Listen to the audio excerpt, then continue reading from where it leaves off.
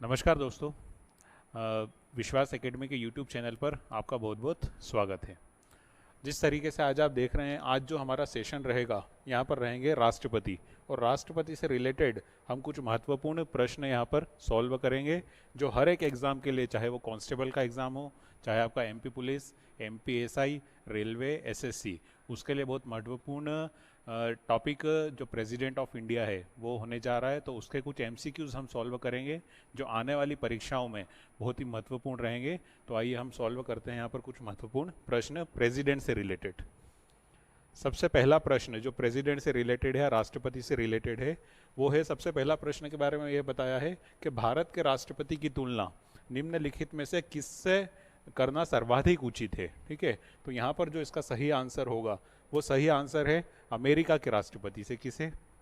America के राष्ट्रपति से भारत के राष्ट्रपति की तुलना सबसे सर्वश्रेष्ठ माना गया है। वो इसलिए माना गया है क्योंकि हमारे यहाँ पर जो व्यवस्था चलती है वो व्यवस्था संसदीय शासन व्यवस्था है। पर एक बात ध्यान रखिएगा, संसदीय शासन व्यवस्था जो कि हमने ली है ब्रिटेन से, बट हमने जो हमारा राष्ट्रपति का पद लिया है वो कहाँ से लिया है? अमेरिका से। तो पहले क्वेश्चन का सही आंसर क्या है? अमेरिका के राष्ट्रपति से। दूसरे क्वेश्चन की बात करें तो दूसरा क्वेश्चन है कि भारत में कार्यपालिका का अध्यक्ष कौन होता है? ठीक है, तो कार्यपालिका का अध्यक्ष भारत में होता है राष्ट्रपति। कौन होता है? राष्ट्रपति। हम यहाँ पर समझते हैं थोड़ा कार्यपालिका क्या होती है।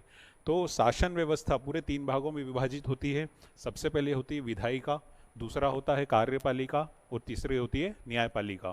तो बात करें विधायिका की, तो विधायिका का काम ये होता है कि देश में कानून बनाना। क्या बनाना? कानून बनाना। कार्यपालिका का काम ये होता है कि उस देश में जो कानून बना है, जो कि विधायिका के द्वारा बना है, उसे पालन करवाना। तो सही आंसर इसका क्या हो जाएगा कि भारत में कार्यपालिका का अध्यक्ष कौन होता है? आपका राष्ट्रपति। नेक्स्ट क्वेश्चन की हम बात करें तो तीसरा क्वेश्चन है यहाँ पर कि संघ की कार्यपालिका शक्ति किसमें निहित है? तो यहाँ पर इसका आंसर हो जाएगा राष्ट्रपति। अब यहाँ पर आप जब राष्ट्रपति के बारे में पढ़ते हैं तो संविधान में जब हम राष्ट्रपति की चर्चा करते हैं तो वो अनुच्छेद 52 से 62 तक है। कहाँ तक है? अनुच्छेद 52 से 62 तक। उसमें अनुच्छेद नंबर 53 में ये बताया गया है कि कार्यपालिका की जो पूरी शक्ति होगी वो किसमें निहित होती है? आपकी भारत के राष्ट्रपति में। नेक्स्ट क्वेश्चन की बात करें कि भारत का राष्ट्रपति, ठीक है, राज्य का प्रधान है, राज्य का प्रधान नहीं है, केवल केंद्र सरकार का प्रधान है, और राज्य सरकार दोनों का प्रधान है। तो यहाँ पर आपका इसका सही उत्तर आपको मिलेगा कि जो भारत का राष्ट्रपति या भारत के जो राष्ट्रपति होते हैं वो होते हैं राज्य के प्रधान। ठीक है, 4 क्वेश्चन हमने सॉल्व किए। 5वां क्वेश्चन हम जब सॉल्व करते हैं तो 5वां क्वेश्चन है, भारतीय संविधान के अनुसार देश का प्रथम नागरिक कौन होता है, या देश का प्रथम नागरिक कौन होता है? तो इसका सही जवाब आपको मिलेगा। तो इसका सही जवाब है कि भारतीय संविधान के अनुसार देश का प्रथम नागरिक कौन है? राष्ट्रपति है। 6ठे क्वेश्चन की बात करें तो 6th क्वेश्चन है आपका, भारतीय संविधान के अनुसार संघ की कार्यपालिका शक्ति किसमें निहित होती है? ये क्वेश्चन पहले भी हो चुका है, तो ध्यान रखिएगा, संघ की जो कार्यपालिका शक्ति होती है वो निहित होती है आपके भारत के राष्ट्रपति में। 7वां क्वेश्चन कि भारतीय संविधान के अनुसार देश की तीनों सेनाओं का अध्यक्ष, मतलब देश की तीनों सेनाओं का सुप्रीम कमांडर कौन होता है? ठीक है, तो देश में आप जिस तरीके से जानते हैं कि 3 सेना है, वायुसेना, जल सेना और थल सेना। इन तीनों के ऊपर एक नई पोस्ट जो मोदी गवर्नमेंट ने या मोदी जी की सरकार ने घोषित की, उसको कहा जाता है सीडीएस। सीडीएस का मतलब होता है chief of defence staff.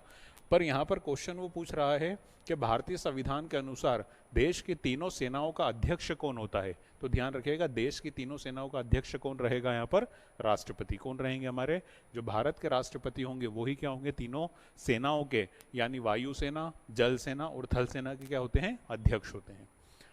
Next question की बात करें कि भारत का राष्ट्रपति होता है, ठीक है, तो यहाँ पर, ठीक है, ऑप्शन हम देखते हैं कि भारत का राष्ट्रपति, ऑप्शन उन्होंने दे रखा है कि भारत का वास्तविक शासक, राज्य का संवैधानिक अध्यक्ष, राज्य और सरकार का अध्यक्ष, और चौथा ऑप्शन है बहुमत दल का नेता। तो जो इसका सही जवाब है वो होता है राज्य का संवैधानिक अध्यक्ष। भारत में ध्यान रखिएगा, जो वास्तविक शक्ति दी गई है वो वास्तविक शक्ति प्रधानमंत्री की होती है, और राष्ट्रपति के पास नाम मात्र की शक्ति होती है। इसलिए राज्य का जो संवैधानिक अध्यक्ष होता है वो कौन कहलाता है? भारत का राष्ट्रपति। 9वें क्वेश्चन की बात करें तो भारतीय सशस्त्र सेनाओं का सर्वोच्च कमांडर कौन होता है? तो जिस तरीके से मैंने आपको पिछले क्वेश्चन में भी बताया था कि थल सेना, जल सेना और वायु सेना तीनों का जो सुप्रीम कमांडर होता है या सर्वोच्च कमांडर होता है वो कौन होता है? भारत का राष्ट्रपति। अगले क्वेश्चन की हम बात करें तो भारत के राष्ट्रपति के लिए आवश्यक योग्यता नहीं है, ठीक है। यहाँ पर ध्यान रखिएगा, वो पूछना चाह रहा है कि आवश्यक योग्यता कौन सी नहीं है। तो ध्यान रखिएगा, वह भारत का नागरिक हो, ये तो बिल्कुल आवश्यक होना चाहिए। जो राष्ट्रपति बनना चाह रहे हैं उनकी कम से कम आयु कितनी होनी चाहिए? तो 35 वर्ष की आयु कम से कम तो होनी ही चाहिए।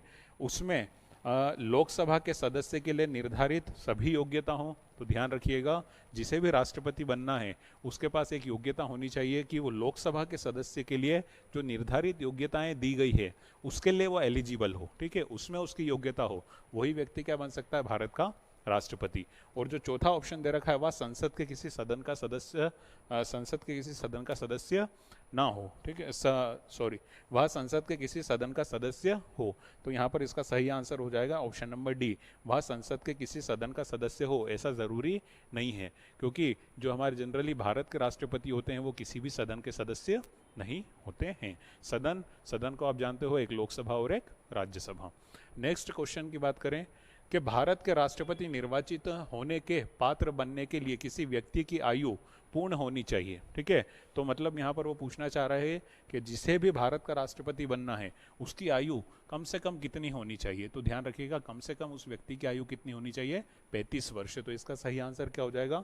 35 वर्ष, ठीक है। नेक्स्ट बात करेंगे हम, तो राष्ट्रपति पद के उम्मीदवार के लिए अधिकतम आयु कितनी होनी चाहिए? जैसा कि आपने अभी यहाँ पर देखा कि minimum age criteria for president election, ठीक है, तो प्रेसिडेंट के लिए मिनिमम जो क्राइटेरिया रखा गया है प्रेसिडेंट के चुनाव के लिए या प्रेसिडेंट जिसे भी बनना हो वो 35 ईयर्स है, जैसा कि मैंने आपको बताया, ठीक है। पर ध्यान रखिएगा, भारत के राष्ट्रपति के लिए कोई अधिकतम आयु तय नहीं की गई है, ठीक है। तो यहाँ पर कोई आयु सीमा नहीं, कितने भी वर्ष का व्यक्ति भारत का राष्ट्रपति का चुनाव यहाँ पर लड़ सकता है। नेक्स्ट 13वें क्वेश्चन की हम बात करें, एक व्यक्ति राष्ट्रपति पद के लिए अधिकतम कितनी बार निर्वाचित हो सकता है, ठीक है। तो ध्यान रखिएगा, भारत में कोई भी एक व्यक्ति कितनी भी बार राष्ट्रपति बन सकता है, ठीक है। तो इसका सही आंसर हो जाएगा कोई सीमा नहीं। अब आपको एक कॉन्सेप्ट और बताते हैं यहाँ पर कि अमेरिका में, ठीक है, राष्ट्रपति पद के लिए कोई व्यक्ति 2 बार ही चुनाव लड़ सकता है। कितनी बार? दो बार ही चुनाव लड़ सकता है। और जो अमेरिका में राष्ट्रपति का कार्यकाल होता है वो होता है 4 वर्षों का। कितने वर्षों का? 4 वर्षों का। और 4 वर्षों का जब राष्ट्रपति का कार्यकाल होता है तो अमेरिका में कोई व्यक्ति ज़्यादा से ज़्यादा कितने समय तक राष्ट्रपति रह सकता है? सिर्फ 8 साल तक। कितने साल तक? 8 साल तक। पर भारत में ऐसी कोई व्यवस्था नहीं की गई है, तो भारत में कोई सीमा तय नहीं की गई है कि कोई व्यक्ति कितनी भी बार राष्ट्रपति बन सकता है। और भारत में जो राष्ट्रपति का कार्यकाल होता है वो होता है 5 वर्षों का। कितने वर्षों का? 5 वर्षों का। अगले क्वेश्चन की बात करें कि राष्ट्रपति का निर्वाचन किस प्रकार से होता है, ठीक है। तो देखिए, निर्वाचन की अगर बात करें तो निर्वाचन की पद्धति 2 प्रकार से हो सकती है। एक होता है डायरेक्ट इलेक्शन और एक होता है इनडायरेक्ट इलेक्शन। डायरेक्ट इलेक्शन का कहने का मतलब होता है प्रत्यक्ष और इनडायरेक्ट का मतलब होता है अप्रत्यक्ष चुनाव। तो बात करें जो भारत के राष्ट्रपति चुने जाते हैं, ठीक है, वो अप्रत्यक्ष माध्यम से चुने जाते हैं। किस तरीके से? अप्रत्यक्ष माध्यम से। अप्रत्यक्ष रूप से कहने का मतलब ये होता है कि अप्रत्यक्ष रूप आखिर क्या होता है, ठीक है। तो अप्रत्यक्ष रूप में जनता द्वारा सीधा वोट ना डाले, ठीक है। किसके द्वारा? जनता द्वारा सीधे वोट ना डाले, जनता के द्वारा जो प्रतिनिधि चुने गए हैं यानी कि सांसद और विधायक, वो सांसद और विधायक किसके चुनाव में वोट डालेंगे? भारत के राष्ट्रपति के चुनाव में वोट डालेंगे। इसलिए कहा जाता है कि भारत का राष्ट्रपति का निर्वाचन किस प्रकार से होता है? अप्रत्यक्ष रूप से, ठीक है। तो इसका सही आंसर है आपका ऑप्शन नंबर बी। नेक्स्ट बात करें, राष्ट्रपति पद के निर्वाचन हेतु कौन सी पद्धति अपनाई गई है, ठीक है। तो ध्यान रखिएगा, राष्ट्रपति पद के चुनाव के लिए कौन सी पद्धति अपनाई गई है? यहाँ पर समानुपातिक प्रतिनिधित्व एवं एकल संक्रमणीय पद्धति या एकल संक्रमणीय मत पद्धति। थोड़ी सी अलग व्यवस्था है, बाकी के चुनाव से बहुत अलग व्यवस्था होती है जो ये सिस्टम चलाते हैं, समानुपातिक प्रतिनिधित्व एवं एकल संक्रमणीय मत पद्धति, ठीक है। तो ध्यान रखिएगा यहाँ पर। नेक्स्ट क्वेश्चन नंबर जो 16 है, क्वेश्चन नंबर 16 ये आपका पूछना चाह रहा है कि राष्ट्रपति पद के चुनाव संबंधित विवाद को किसे निर्देशित किया जाता है। मतलब अगर राष्ट्रपति के चुनाव में, ठीक है, कुछ हो जाता है या सही से चुनाव नहीं हो पाते हैं, ठीक है, तो उसका निपटारा यहाँ पर कौन करेगा? तो ध्यान रखिएगा, उसका निपटारा करने का जो जिम्मेदारी होती है वो होती है उच्चतम न्यायालय यानी सुप्रीम कोर्ट के पास, ठीक है। बहुत सारे विद्यार्थी यहाँ पर आंसर हो सकता है कि वो टिक करके आ जाए निर्वाचन आयोग, क्योंकि निर्वाचन आयोग ही राष्ट्रपति के चुनाव करवाएगा आपके, ठीक है। बट यहाँ पर अगर राष्ट्रपति के चुनाव संबंधित विवाद कुछ भी होता है राष्ट्रपति के चुनाव में, तो उसका निपटारा कौन करता है? आपका उच्चतम न्यायालय यानी सुप्रीम कोर्ट। यही कि यही, ठीक है। अगर वाइस प्रेसिडेंट या उपराष्ट्रपति के चुनाव में भी होता है तो उसका निपटारा भी कौन करेगा? आपका भारत का जो सुप्रीम कोर्ट होता है। अगले क्वेश्चन की बात करें कि राष्ट्रपति के चुनाव के लिए प्रस्तावक और अनुमोदकों की कम से कम कितनी संख्या होनी चाहिए, ठीक है। तो जो इसका सही जवाब है, तो कम से कम संख्या कितनी होनी चाहिए? 50-50, मतलब 50 क्या होने चाहिए आपके प्रस्तावक, ठीक है, और 50 क्या होने चाहिए?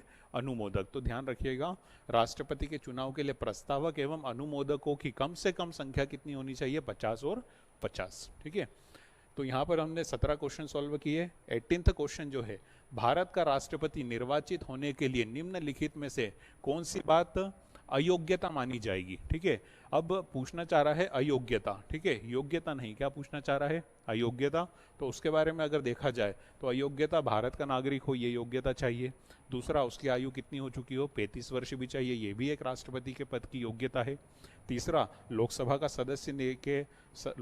सदस्य निर्वाचित होने के लिए भी क्या है? उसको योग्यता होनी चाहिए। कोई लाभ का पद ग्रहण किए हुए हो, ये योग्यता नहीं होनी चाहिए। वो व्यक्ति जो किसी लाभ के पद पर ना हो, वही व्यक्ति क्या बन सकता है? भारत का राष्ट्रपति बन सकता है। यानी कि इसका आंसर क्या हो जाएगा? Option number D. 19वें क्वेश्चन की बात करें, ठीक है, कि भारत में राष्ट्रपति का चुनाव किया जाता है, ठीक है। तो जिस तरीके से हमने पढ़ा था, ठीक है, लास्ट क्वेश्चन में सॉल्व किया कि अप्रत्यक्ष या प्रत्यक्ष, तो लास्ट क्वेश्चन में आपको बताया था कि अप्रत्यक्ष रूप से होता है, बट यहाँ पर अप्रत्यक्ष तो ऑप्शन में नहीं है। तो हम सारे ऑप्शन को एनालिसिस करते हैं कि वहाँ पर क्या दे रखा है। तो पहला ऑप्शन नंबर ए, प्रत्यक्ष निर्वाचन, ठीक है, ये नहीं होगा। एकल हस्तांतरित मध्य पद्धति द्वारा, ठीक है। तो यहाँ पर ध्यान रखिएगा, एकल स्थानांतरित होगा, क्या होगा? एकल स्थानांतरित। तो ये भी ऑप्शन क्या हो जाएगा? गलत। तीसरा ऑप्शन है आनुपातिक मत प्रणाली द्वारा, तो ऑप्शन नंबर सी क्या है? इसका बिल्कुल सही है। और खुला बैलेट पेपर प्रणाली द्वारा, ये ऑप्शन भी क्या है आपका? बिल्कुल गलत है, ठीक है। तो इसका सही आंसर क्या हो जाएगा? आनुपातिक मत पद्धति द्वारा भारत के राष्ट्रपति का चुनाव किया जाता है, ठीक है। 20वां क्वेश्चन देखते हैं, जो कि आज का हमारा अंतिम क्वेश्चन है। राष्ट्रपति का चुनाव संचालित किया जाता है, ठीक है। तो राष्ट्रपति का चुनाव किसके द्वारा संचालित किया जाता है? तो आप भारत में देखते हो, ठीक है, एक आयोग बना हुआ है, निर्वाचन आयोग। तो जो भारत का राष्ट्रपति का चुनाव है, ठीक है, वो किसके द्वारा आयोजित किया जाता है आपका? तो इसका सही आंसर है option number C. Option number C यानी निर्वाचन आयोग के द्वारा। तो ध्यान रखिएगा, राष्ट्रपति पद का चुनाव संचालित किया जाता है किसके द्वारा? निर्वाचन आयोग के द्वारा। तो ये 20 क्वेश्चन आज जो हमने सॉल्व किए, किससे रिलेटेड? भारत के राष्ट्रपति से रिलेटेड, ठीक है। तो भारत के राष्ट्रपति से रिलेटेड जो हमने ये महत्वपूर्ण प्रश्न सॉल्व किए, ये आने वाली परीक्षाओं के लिए आपके लिए बहुत महत्वपूर्ण साबित हो सकते हैं। तो ध्यान रखिएगा, आने वाले सेशंस में हम डेली बेसिस पर ऐसे और सेशंस लाएंगे जिससे आपकी तैयारी और बेहतर हो सके, या और बेहतर तैयारी को जोर मिल सके। क्योंकि जब तक आप कोई भी टॉपिक पढ़ेंगे और कोई भी टॉपिक पढ़ने के बाद जनरली उस पर अगर ऑब्जेक्टिव आप सॉल्व नहीं करेंगे, तो हो सकता है कि आपकी तैयारी में बहुत ज़्यादा कमी हो जाए। क्योंकि जब तक हम क्वेश्चनों की प्रैक्टिस नहीं करेंगे और क्वेश्चनों की प्रैक्टिस नहीं करेंगे, तब तक एग्ज़ाम में हमें पता नहीं चलेगा कि किस तरीके से क्वेश्चन आ रहे हैं और किस तरीके से क्वेश्चन नहीं आ रहे हैं। तो ध्यान रखिएगा, यहाँ पर भारत के राष्ट्रपति से रिलेटेड आज हमने 20 क्वेश्चन को सॉल्व किया, ठीक है। आने वाले सेशंस में हम और भी क्वेश्चंस को सॉल्व करेंगे।